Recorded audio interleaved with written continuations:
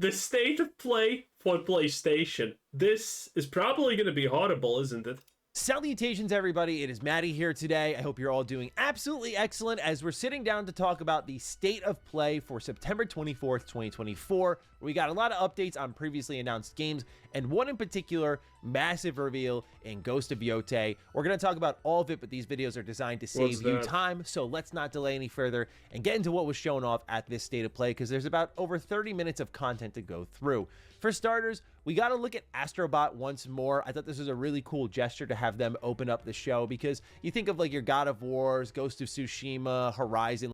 Dude, Astro Bot turns out is completely something different than I expected. I expected Astro Bot to be this small, easy platformer thing for 5-year-olds. No, turns out this thing actually goes pretty hard, and a lot of people actually like it. And when you look at the gameplay for some of this, it actually seems pretty decent. Like these big players in the exclusive space, and it was neat to see something like Astro Bot open things up, announce some speedrun levels that you can save 10 new Astro Bots. One is from Stellar Blade, one is actually from the Helldivers game. So Stellar Blade Astro Bot? Are you telling me it's gonna have a bust in the bosom? That is amazing. I really thought that was cool to see, and that there's a free add-on arriving this fall. So that was pretty nice to see. I just wrapped up Astro Bot. I'm getting the platinum either tonight or tomorrow when I get a little bit of extra time, and I'm looking forward to finishing it up because I've absolutely loved the game, and I'm excited to see how they evolve it going further, because I think they're a bit of movement tech away from being on that Mario level, but certainly they're on the road, and I cannot wait to see what the next Astro Bot game does. After this, we saw a really unique game in the Midnight Walk. Love the moody voiceover for this trailer, but they highlighted in the trailer that this... Well, if you can market this to Caroline fans, you're probably gonna sell a lot, but I'm not a fan. Just from 2 seconds of this, I'm already questioning would I like this just from the aesthetic. Game was handcrafted with clay, and that makes it really set apart from the rest of the games industry, because it's a very unique approach on how you can tackle things here. Kind of had a horror vibe to it. I didn't really get a feel for truly what the actual game was, but in terms of like atmosphere and feel, I was digging what they were doing here. And so yeah, definitely seems like a horror game. Initially, I'm feeling kind of good opening up this state of play. I'm like, okay, this is really unique, this is different. Continuing on, we see Hell Is Us, which I kind of define as like Death Stranding meets Souls-like, almost meets horror meets post-apocalyptic.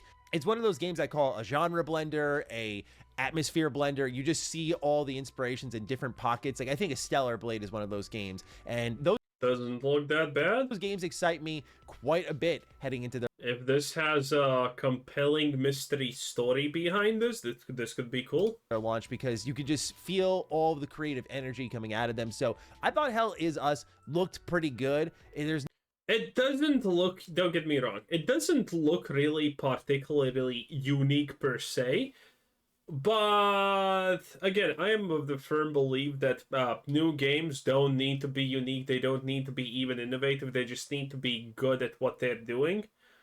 And true innovation, I think, comes in the form of things like Last Epoch, for example. That was the last game that truly innovated, in my opinion, a lot of things about the ARPG genre. The way it tackled trade, the way it thinks. When someone is gonna innovate, they're gonna find solutions for questions no one even asked. It's gonna be completely mind-blowing and eye-opening when someone finds innovation. But until that point happens, I think just try to do things as best you can. And, you know, maybe try to innovate, but if it doesn't happen, it's not the end of the world. Coming out of them. So I thought Hell Is Us looked pretty good. There's no release date, unfortunately, or window. It's just kind of like a wish list announcement, but it does look really good. After this, though, is where we start to kind of see the roller coaster ride begin. I felt like this showcase was a pretty strong representation of the last few weeks that PlayStation has had between like Concord and then Astro Bot and then PS5 Pro, which is up and down, up and down. Oh. And this is the latest in a up and down saga. I thought he's going to say Concord is a success, like Pyong, yeah. That's still funny. if you will, because then we move into things like Metro Awakening, which I think looks really good. I just know there's not a lot of excitement. A Metro game. That is exciting. Shut up, Matty. For VR games. Metro Awakening is releasing November 7th, 2024.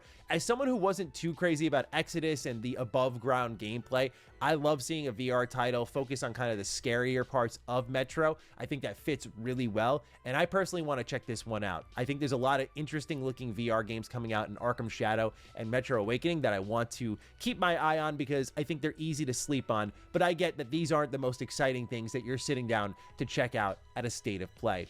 Afterwards, we see Arcade. I kind of like the Metro. I love the Metro games. The world is enticing. It's interesting. There's a lot of things to love about the Metro franchise. State of play. Afterwards, we see Arcade Chronicles. The opening to this trailer is extremely... I'm sorry, Arcade? The MMORPG Arcade? There's no way. Witcher coded, like shot for shot almost. It reminded me just of the Witcher 3 reveal trailer, but it's action combat. It's got multiplayer elements. It's kind of Monster Hunter coded, and it's coming 2025. It looks pretty solid. I'm sorry, but if you use the word coded yet again, I will freak the fuck out, not gonna lie. To me, but not like a get out of my seat type of announcement. But you know who got out of their seat for this next one was Nintendo. They went, wait. We're suing you. What's going on here? Palworld. Here we go. It's out on PlayStation 5 today. It's no longer exclusive to the Xbox ecosystem or PC, so you can go ahead and play it on PS5. Now, for me, when I played it at launch, the lawsuit against Palworld by Nintendo is now we know more information, and it is hilariously stupid as you may understand, because it's effectively going to be you know what Pokemon has patented? Throwing an object at an enemy and it results in effect. Yes, they have patented throwing a thing at an enemy and it has an effect. So that is so broad and so useless. There's no way. Japan. Do not let Nintendo win against Palworld. They're a bunch of losers. Nintendo deserves to burn in hellfire. I thought it was interesting as an idea. The first good Pokemon game in literally 20 years, and they're trying to sue them for being something that people want. Get the fuck out. No one cares. Idea and as a concept, but many of you already know this, but for those who don't, I'm not a big early access guy, so for me, it's just dipping my toe in the pool, seeing what's going on here, and then I move on until it's in that 1.0 state and it's relatively finished and getting what they would call post-launch support. So that's kind of where I'm at with Palworld, where I thought the ideas were there, but some of the mechanics just weren't working in my favor, like when I was trying to put all my monsters to work and they were getting upset or angry, even though they shouldn't have been. Well, yeah, slavery sometimes doesn't always make everyone happy, but that's a price I'm willing to take. Getting upset or angry, it was just like, all right, it's getting a little frustrating now.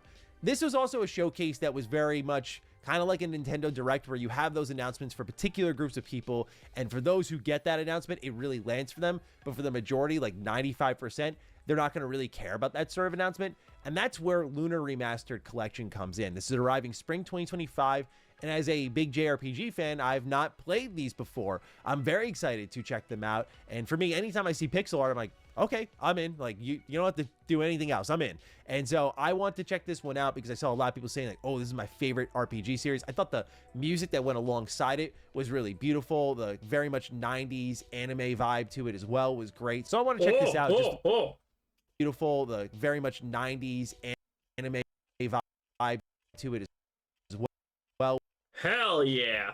Yeah, that's the 90s anime vibe I'm looking at, boys. Was great. So I want to check this out just for the sake of understanding the history of my favorite genre, really, in gaming at this point.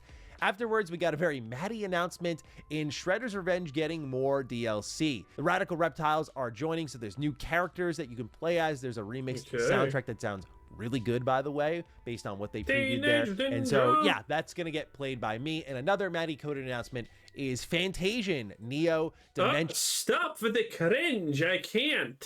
Coated. He has a release date December 5th, so right at the tail end of the year. This is unfortunate for me because I usually like to draw a little bit of a cutoff for myself because I usually go away in the middle of December till the beginning of January is a bit of a holiday break between this and Indiana Jones. They're kind of pushing me back in the year a little bit more. I'm like, come on, give me some. Indiana Jones, I completely forgot about it. Ooh, that's gonna be such a Bethesda disaster. It's gonna be great. I love it. Dude, that Indiana Jones gameplay that we have, dude, if Starfield looked 15 years old when it came out this year, Indiana Jones looks 20 fucking years old, okay? That thing is gonna be a disaster. Indy, an old, feeble, worthless man that can't do anything right without Phoebe Waller-Bridge constantly telling him what to do because he's a stupid man. It's gonna be great, boys. Oh, I can't wait. Some room to, take a couple of days off, would you? But man, I'm so excited for this one. I need to play it to have it considered for my Game of the Year conversation because I think it looks absolutely excellent, having the creator of Final Fantasy behind it, Nobuo Uematsu doing the score for it. I just cannot wait. We just saw with Splintered Fate, a TMNT game that I absolutely adore, leaving the Apple Arcade game, that I'm not going to doubt these Apple Arcade games that leave that platform and come to consoles, because Splintered Fate being like my favorite Ninja Turtles game was not something I expected to be saying, but it's brilliant, and so I'm looking forward to playing Fantasian, which was formerly an Apple Arcade game. After this, we got to see Dragon Age the Veilguard, and I gotta be honest, like, as someone who played it for... It's gonna be bad. It's gonna be real Vulcan bad, okay? The surgery scars, the absolute plank and board gameplay of all women, because hot women don't exist in real life. They're all ugly, don't you know? Have you ever seen a hot woman? Lies, slander, misinformation, and fake news. Am I right, boys?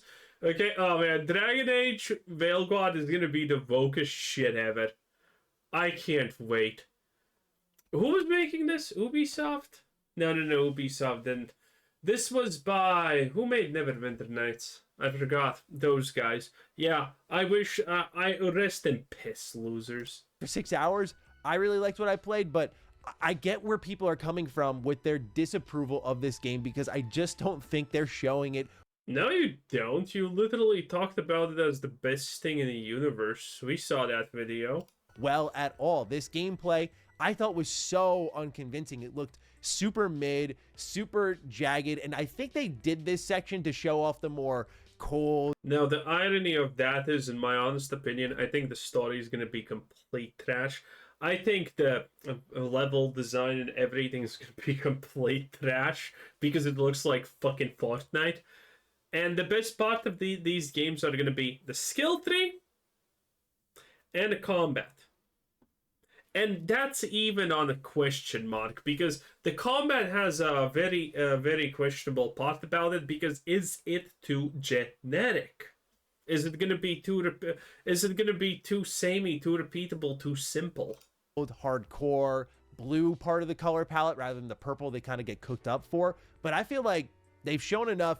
You probably, if you're BioWare, just want to go away at this point, because I don't think you're going to change many people's minds. And I looked at this as someone who has played the game and went, I don't know. I don't know if this takes place during Act 1 or 2, personally, based on what they showed there. But yeah, it wasn't a really convincing look at the game whatsoever. And so I kind of get where people are coming from if they haven't played it at all. Look, people are going to be pissed already that it looks like there's no target locking here. And if there is target locking, it's pretty bad, because we could see here that the skill got shot in that direction. So that's not good. So this alone is kind of a serious downside to the combat, which I don't know. Continuing on, we see Alan Wake 2. There's a new Lake House expansion dropping this October. I'm ashamed to admit, Oh yeah, Alan Wake 2, the game that undersold, did not perform well, and is colloquially referred to as woke nowadays. Yeah, I'm sure an expansion for this pile of crap is gonna sell great. It's gonna be the comeback, boys. Yeah, Alan Wake is done. I have not played Alan Wake 2 yet. That was one that I missed out on late last year, and so I'm going to try to right that wrong eventually, but I'm just really behind on the Remedyverse in general. Like, I haven't even played Control, but I know these are very much celebrated experiences in gaming. I'd like to check them out because I have liked Remedy's past work. Like, for example, I'm the weirdo who really liked Quantum Break. I also love the original Alan Wake as well. But yeah, I think they make good stuff.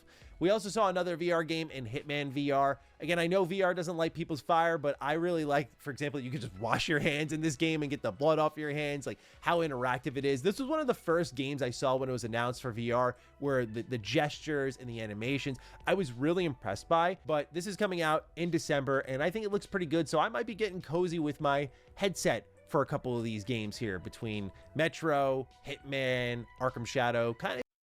It looks kind of cool. Interested in what VR Well, it's a Hitman game, so I guess it's gonna win. Is doing this fall season. After this announcement, we get the game that has been leaked a bunch of times before, Legacy of Kain, Soul Reaver 1 and 2 Remastered. This is coming from Aspire. Oh, it's remastered. I'm sure this is not gonna be a disaster. December 10th, so another December game like I was talking about earlier. But Raziel already doesn't look skinny enough. The fuck? Dude, they buffed up his legs so much it looks like the hell. Oh, what did he do at the bottom of the abyss? Just leg day it up every day? The hell's going on here? This is coming from Aspire. It's on December 10th, so another December game like I was talking about earlier. But look, man, this is one I've been wanting to get to. Dude, we need more Legacy of Kain games, okay? Listen, I played Nosgoth, I know, very niche, but I loved Nosgoth. It was so goddamn fun. Sadly, it died, but man, I enjoyed Nosgoth a lot. It was great. For a while, I have Soul Reaver 2 in my PS2 collection. I've heard amazing things about these games. I know this is Amy Hennig's like first writing gig, so I'm excited to check that out and just see how she grew as a writer into games like Uncharted. But also, like, I know this is such a celebrated franchise, and knowing how these things go, they're typically testing the waters to see like what's the interest here and can we justify a new entry in the franchise. And as we'll talk about later, this is not the only Legacy of Kain related announcement, so we'll talk about that in a little bit. But this was an announcement that unfortunately leaked ahead of the show. I think it took a little bit of the wind out of the state of play, because I know this is something that many people have been asking for a while, but nonetheless, it is real and coming out December 10th. Then we saw Fear the Spotlight. Didn't really get a good feel for this game other than it's inspired by PS1 horror titles. It's coming out. The hell is this? Okay, I don't care. There's a limited DualSense coming. Lego Fortnite. Oh boy. Out that I'm sure people are going to scalp, no doubt about it. Then Dynasty Warriors Origins. Look, man, modern Muso games are just, I love them so much. I don't care what anyone says. I know they're a simple kind of game, but Dynasty Warriors Origins looks really sick. It's releasing January 17, 2025. Just think the production values have been upped a lot. The combat looks a lot more cinematic and visceral, the way the camera's pulled in closely, the sound effects really adding to all those elements. The story seems like it's taking itself way more seriously. I'm wondering if they're taking as... This does look good. We're gonna skip ahead. Let's see what's next. And the characters and building up to this mythical creature, the Monster Hunter, but it's not my...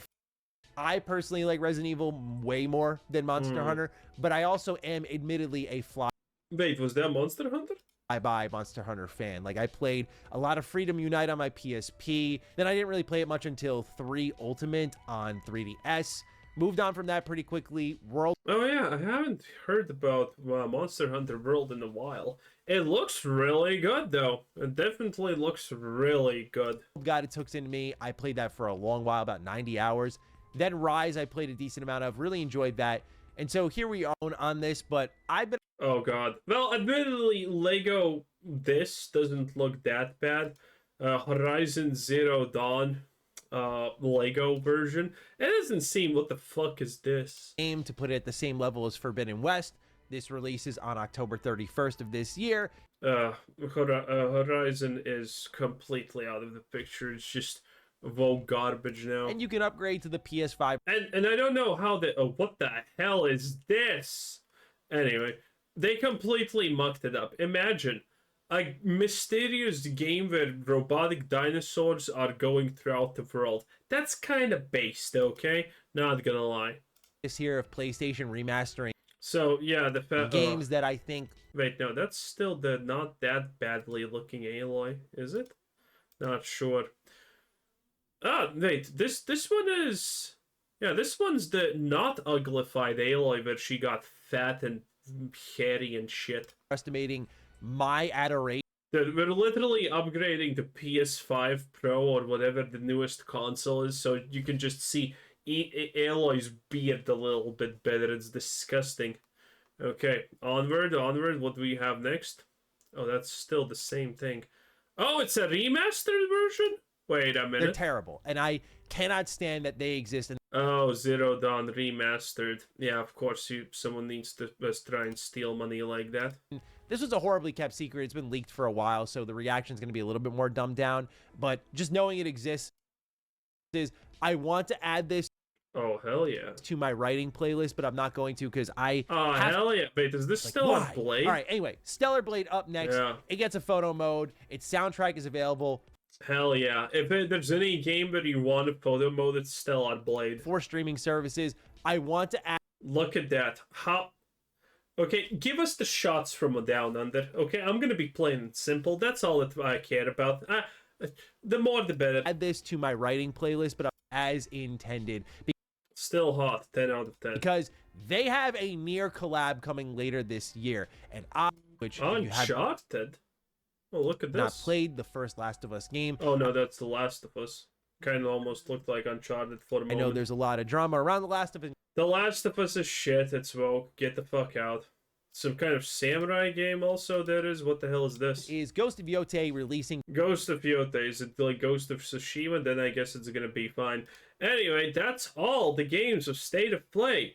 Some of them look good, some of them look bad. Xbox, literally dead. Anyway, have a nice day. That was Matty Plays. Bye-bye.